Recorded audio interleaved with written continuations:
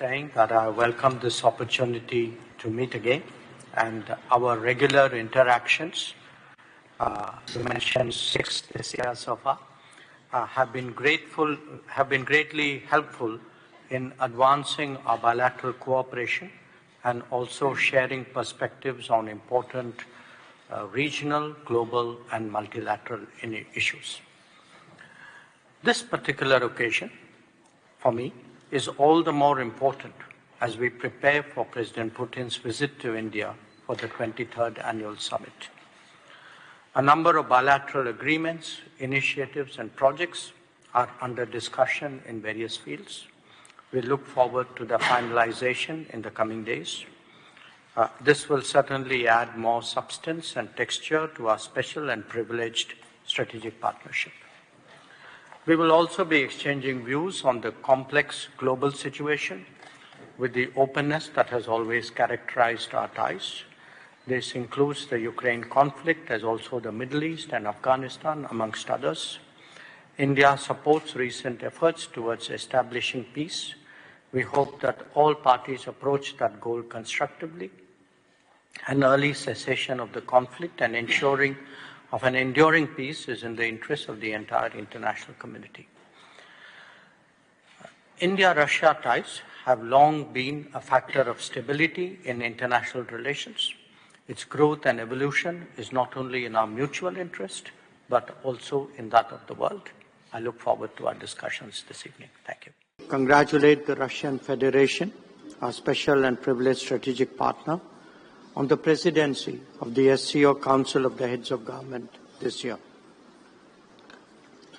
The theme of this session covers trade, economic, cultural, and humanitarian cooperation.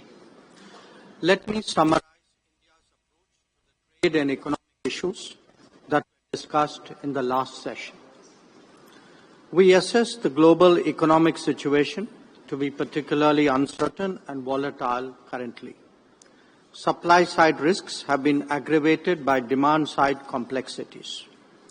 There is consequently an urgent requirement to de-risk and diversify. This is best done by as many of us forging the widest possible economic links. For that to happen, it is essential that this process be fair, transparent, and equitable. India's endeavors to conclude free trade arrangements with many of you here are relevant. Regarding culture, India's long-standing historical ties with SCO members makes it particularly pertinent. Against this backdrop, Prime Minister Modi proposed at the Tianjin SCO Summit to launch an SCO Civilizational Dialogue Forum. As a civilizational state, India strongly believes that people-to-people exchanges lie at the core of any genuine relationship. Facilitating greater interaction between our intellectuals, artists, sports people, and cultural icons will pave the way for deeper understanding across the SCO. We also have a growing record of collaborative activities with regard to cultural exchanges.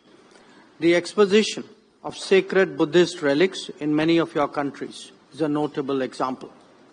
India is also willing to extend its considerable experience of heritage conservation in Southeast Asia to Central Asia.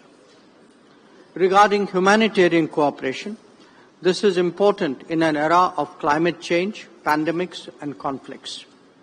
Recognizing that, we have provided cancer treatment equipment to some SCO members.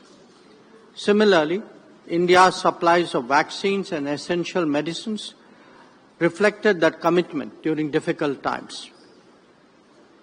During the recent earthquakes in Afghanistan, Indian relief assistance reached the affected areas the very same day. Our initiative for the Coalition for Disaster Resilient Infrastructure also merits your attention. Let me now turn to the modernization of the SCO. As the organization continues to evolve, India strongly supports its reform-oriented agenda. We welcome centers addressing challenges such as organized crime, drug trafficking, and cybersecurity. As the organization becomes more diverse, the SEO must be more flexible and more adaptable. To this end, the long-delayed decision to make English an official language of the SEO must be prioritized. Colleagues, Excellencies, we all recognize that the SEO must keep up with contemporary changes. That must be reflected in fresh thinking and new collaborations. India's initiatives, such as the SEO Special Working Group on Startups and Innovation and the SEO Startup Forum, are good examples. They are aimed at promoting innovation and creativity, especially targeting the younger generation. Similarly, the recent SEO's Young Authors Forum in New Delhi is a good way of strengthening people-to-people ties. Excellencies, we must never forget that the SCO was founded to combat the three evils of terrorism, separatism, and extremism. These threats have become even more serious in the years that have passed. It is imperative that the world displays zero tolerance towards terrorism in all its forms and manifestations. There can be no justification, no looking away, and no whitewashing. As India has demonstrated, we have the right to defend our people against terrorism and will exercise it. In conclusion, India believes that SCO must adapt to the changing global landscape, develop an expanded agenda, and reform its working methods. We will contribute positively and fully to these objectives. I thank you.